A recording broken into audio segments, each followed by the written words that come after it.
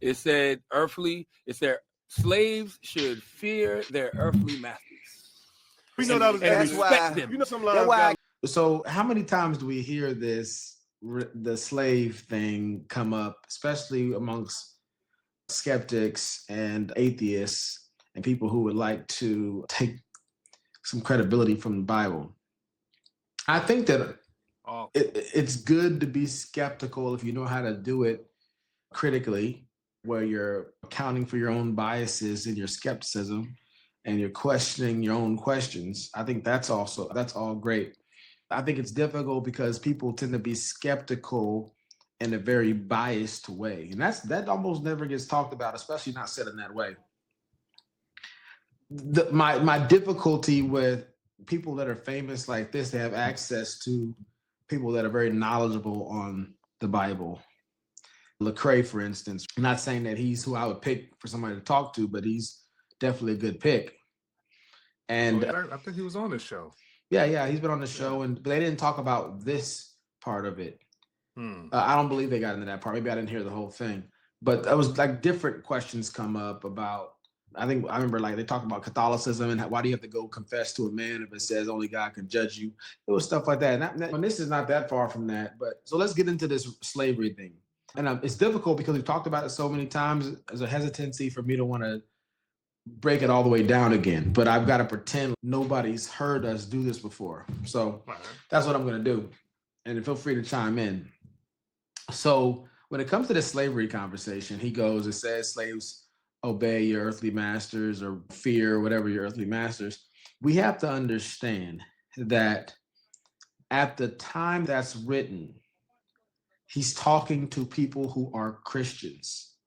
It's not like Donald Trump telling Americans if Americans were enslaved, to submit to your masters. It's a Christian talking to other Christians saying to submit. So they're part of the same organization, they're part of the same tribe. If you want to think of a good analogy for it, it'd be like, let's say that we're all police officers. You and I are police officers, Charlemagne and T are police officers, right?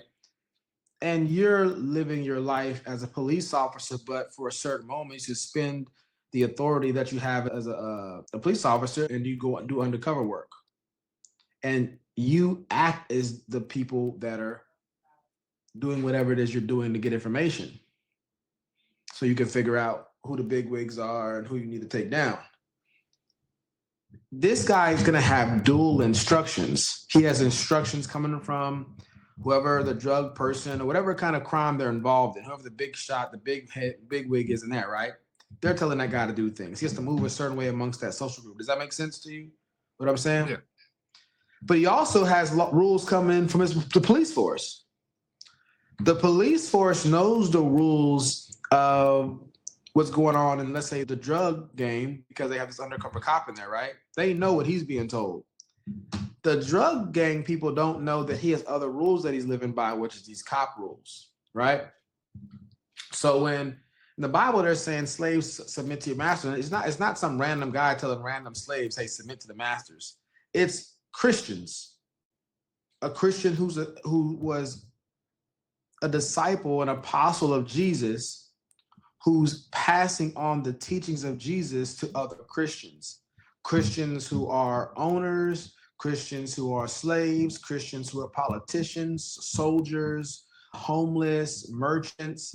There's Christians that are occupying all these different stations and occupations in life, right? Mm-hmm. He's giving all of them what they are to do as a Christian. If that master became a slave, he'd have to do what the slave has to do, which is submit. If that slave became a master, the scripture says that the master must treat the slave as a brother. So it's not somebody walking up to some random stranger saying, hey, look, you need to submit to your master. That's somebody who has embraced the doctrine of this religion, Christianity. Jesus died on the cross for their sins. They've accepted that. They've repented and believed. And now they're being told this is how Christians live. Does that do anything for you? Does that, how does that shape your perspective on this? Or I see this It makes sense. It's like he's not talking to everybody, and I get that perspective. He's talking to those who are already. I'm about this life. I'm about that life. Yeah, believe this doctrine. Okay. The people who bought that life. That's it. Okay. But so why do you? Because I'm confused. Why? It'd be no different. Charlemagne and T.I. saying that. I think they might even question those that believe in this doctrine. That still seems not a good idea to do. It still seems, what's the word I want to use? Again, they may think that it's not a good idea to do. Yeah, but good idea. Again, you're not a part of that. You're not a part of that organization. Okay. So the thing is like this: you have a family and a family name.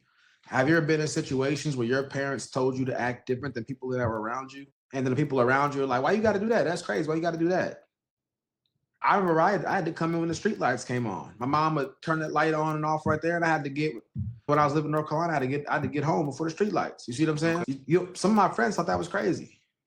Okay, so the tracking what you're saying, it sounds crazy that everybody else, but those that's within this organization, this faith, this religion, they understand it. They've understand it, but more importantly, they've agreed to it. Yeah, they accepted it. Yeah, they accepted it. If I watch somebody getting beat up in gang culture to get blood in, blood out, how does that look to me? That look crazy to me. That don't look like a good thing to do. Mm-hmm. But they decided to do that.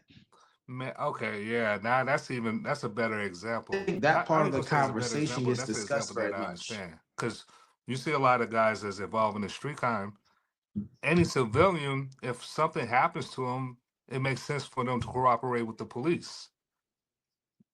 Yeah, civilians. But they're told they can't. Their code is not to cooperate. They stick your snitching ain't trying to listen. They'll be sitting in your kitchen waiting to start hitting. So the reality is that people subscribe to subcultures, organizations, military groups, that look crazy. That's some of the things they doing that have extra rules. Mm-hmm. People in the military, they wear their hats at certain times. They take their hats off at certain times. Somebody be like, "You ain't got to do all that. What they got to do with defending the country?" It don't matter if we understand why they're doing it or not. That's what they agreed to. Nobody kidnapped Christians against their will. Let me say it this way. Nobody kidnapped slaves against their will and said, "Hey, you a slave, but now you're going to be a Christian slave. So now you got to do it this way."